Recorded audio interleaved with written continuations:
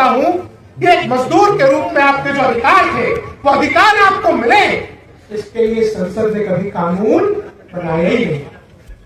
ये पहली बार हुआ है कि असंगठित क्षेत्र के आप मजदूरों के लिए एक कानून बना।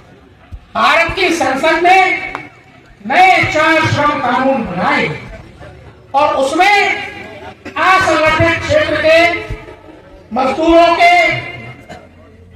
सामाजिक सुरक्षा को सुनिश्चित करने के लिए हमारे प्रधानमंत्री मोदी जी ने एक कानून बनवाया है।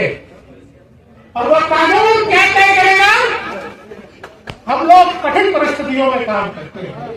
मेरी अभी इस भाई से बात हो रही थी, उन्होंने मुझे बताया कि एक मजदूर साथी की मौत हो गई। अब उसकी दिमाग क्या होगा, उसके बच्चों का पोषण कैसे होगा? तो हमारे इस असंगठित क्षेत्र के जो मजदूर भाई किसी दुर्घटना में अपना अंग गवा दिया, उनकी जान चली जाती, उनके परिवार का पालन पोषण सुनिश्चित करने के लिए ई श्रम कार्ड के माध्यम से जो बीमा किया जाता है, जो योजना का भाग था, अब उसको कानून का भाग बना दिया, अब उसको आपके अधिकार के साथ जोड़ दिया गया। अगर आप दुनिया के किसी भी सेक्टर में काम करने वाले लोगों से बात करें, मैं जब यहाँ पे कौशल से बात कर रहा था, जौनपुर के भाई है यहाँ मजदूरी करते हैं, और मजदूर भाइयों से बात कर रहा था, तब मुझे जो पता चला वो शर्मनाक, वो दुखदाई है, वो वेदनादायक है, वो पीड़ादायक है। आप सोचिए जरा, खून और पसीने को एक साथ मिलाकर बहाने के बाद मजदूरी का एक हिस्सा हमें किसी और को देना पड़ता है। यह अपराध है, ये विधि सम्मत नहीं है, ये कानून का उल्लंघन है कि 4 मजदूर। आप सब्सक्राइब करें, बेल आइकन दबाएं, जो कि सही टाइम पे आपको सही न्यूज जो है मिलता रहेगा। काम करें और 5वां हिस्सा ठेकेदार को, ये गलत है। मैं आपको भड़काने नहीं आया, मैं आपको बताने आया हूं कि अब जो कानून बना है नया, उस कानून के लागू होने के बाद यदि मजदूर के खून और पसीने की कमाई किसी गुंडे ने, किसी बदमाश ने, किसी तोलाबाज ने इस तरीके से छीनने की कोशिश की, तो सरकार उसको जेल भेजने का काम करेगी और इसके लिए प्रधानमंत्री नरेंद्र मोदी के नाम करेगी।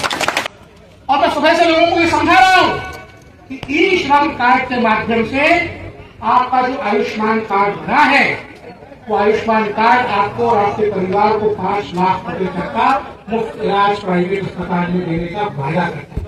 गारंटी है, तो मोदी की गारंटी, इलाज की गारंटी।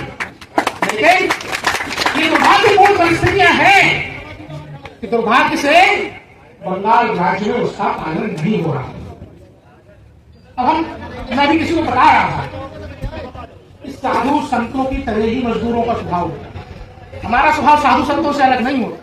लेकिन साधु संत अपने पास धन का संचय नहीं करते ना, मजदूर भी कुछ बचा के नहीं रखता है, मजदूर भी किसी का मन में नहीं रखता है, मजदूर भी एकदम निर्लिप्त होता है। और साधु संतों से ज्यादा जल्दी मोक्ष मजदूर को मिलता है, ये बात भी सही। और सारे संतों ने ये बात कही, सारे योगियों ने ये बात कही। तो ऐसे दुष्टों से लड़ना। दूसरी बात जो मुझे यहाँ पता चली, इस मुठशेड में टॉयलेट, शौचालय, पीने का पानी, मजदूरों को बैठने की छांव और कीचड़ में जो आपको सनकर काम करना पड़ता है, उसकी शिकायत मेरे पास आई।